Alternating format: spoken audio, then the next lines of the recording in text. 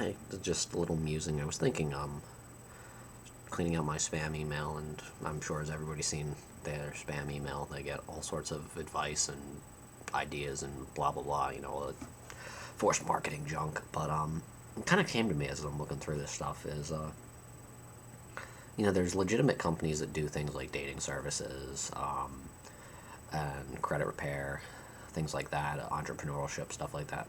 Started to wonder, out of that, what kind of percentage does it sit at of people that are honestly out there to try to improve things versus other people that realize that they're going to have a customer for life? You run a dating site thing, and these people are there because they just can't manage a relationship, and they want one, but they don't have the tools to do it, and or their credit card, they max it out, and next thing you know, you fix their credit for them, and they're back to buying a brand new truck they can't afford. They're going to come right back again. They started wondering, realizing that obviously in a business sense, you're going to have return customers, and that's always a plus. But in something like that, how many times do you think someone goes, hey, I really get people. I get how humans mesh. I understand. I've been happy with my wife for 30 years. I want to do a dating site. I want to give people what I have.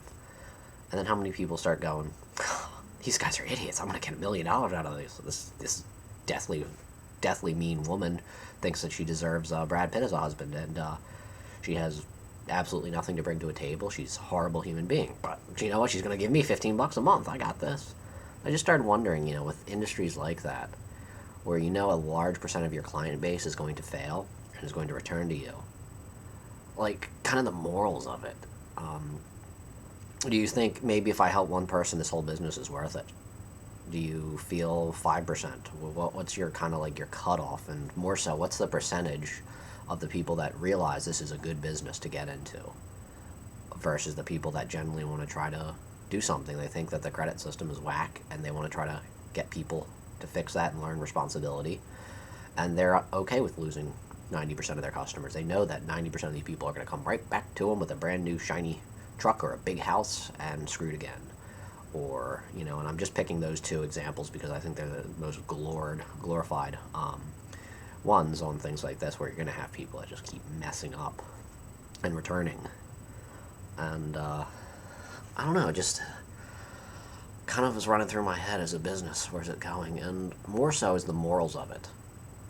Is, say you are in the camp of you realize that most of these people won't be successful through your service, but they're still going to pay you. And they're going to pay you more the least successful they are. So you, as a business, want them to fail. What morals as a person do you stand on if I was, or you were to open a business like this? I don't know, it kind of puts a bad taste in my mouth. I don't personally know how I'd want to do it. Neither ones, but I see they're gems for collecting cash. I guess other people, it's definitely relative morals in this situation. And, maybe you can feel okay if you've helped that one person. They found that they're happy, significant other. They got out from that stupid truck they bought or whatever, and they move on with their lives.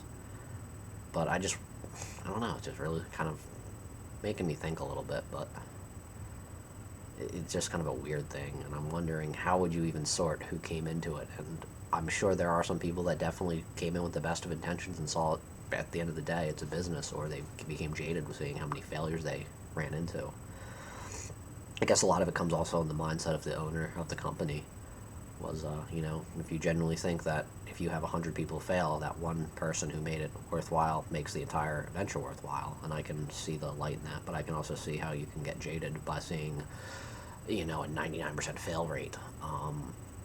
And obviously I'm just using big numbers to make it very easy to follow.